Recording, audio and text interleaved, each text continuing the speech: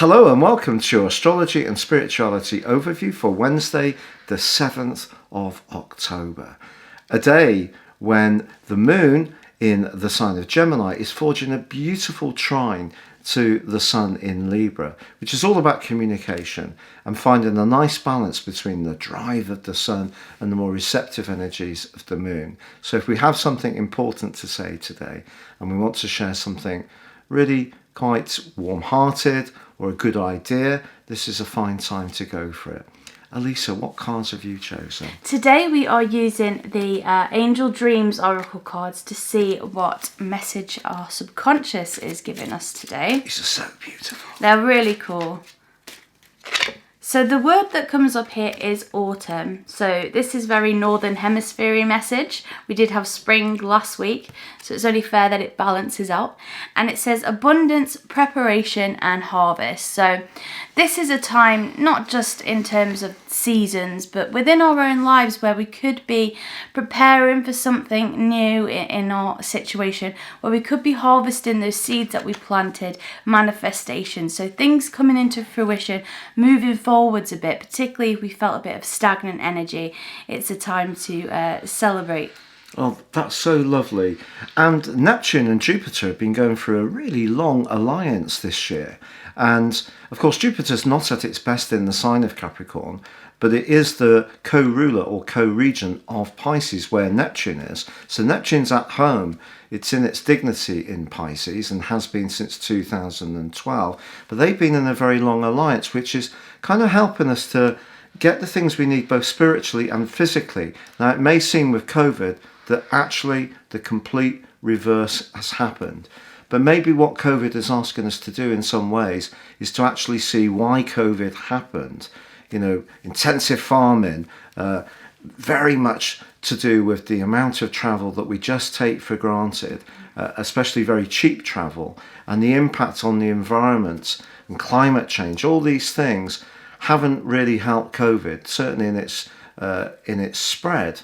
And so I think what Neptune and Jupiter are saying, and Jupiter is very much about international travel, by the way, is what can we learn? How can we learn through the pain and suffering which has undoubtedly been there this year? And therefore, what can we plant now which makes for a better future for the people following us and our children? That's wonderful, because it's like with any relationship, if we keep doing something detrimental it will fall apart. The other person or other party will bite back, and this is almost like our relationship with nature. It's biting back because we haven't been respectful. Maybe some of us on personal levels have, but on a more global level, universal we level, yeah. You know, and it's not a dig in any way against Chinese people about the actual virus, because you know, we still don't know whether it did what it was a zoological thing that jumped across from another species. It seems like it may have been something in a lab. But what's true is that a lot of industry in China is actually owned by big investment banks, and those big investment banks don't come from China. They come from the UK and they come from America, but they're in China because it's cheap labour, and they're producing intensively, say, chickens, and then they're shipped back over to the West.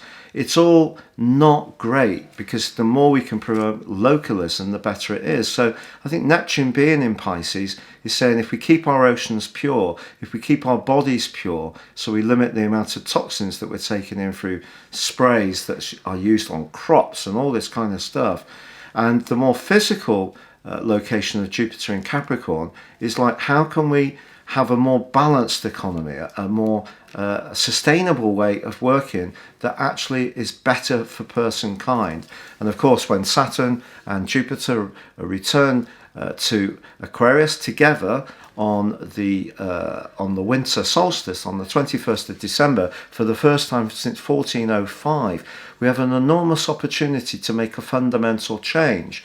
But because Saturn is squaring with Uranus for about 7 months next year, coincidentally the two co-regents of Aquarius, a lot of people are going to resist the change that we need to make. Either they're going to be very rebellious about rules that are perhaps not ones we all like, but are probably good for most of us, or it could be that there are going to be people trying to hang on to power and to stop the new way, the new better way of doing things coming through. So we are going through a big structural time for person kind, and I think that Neptune's angle with Jupiter is actually an opportunity, if we see it that way, to really rise up from the chaos of what this year has created. Absolutely love that. Well, thank you so much for joining us here today. Bit profound for a midweek missive. midweek melancholy. But if you would like to read your daily horoscope for today, you can find that in the description box beneath this video, completely free.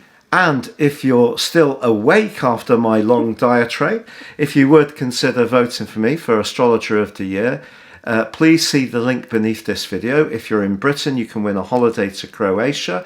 If you're elsewhere in the world, you can still vote, but not win, I'm sorry. And there are other specialities or other colleagues you can vote for if you wish. But if you did vote for me, I'd be enormously grateful. But for now, from us both, it is... Goodbye from him. And it's goodbye from me. Goodbye. Goodbye.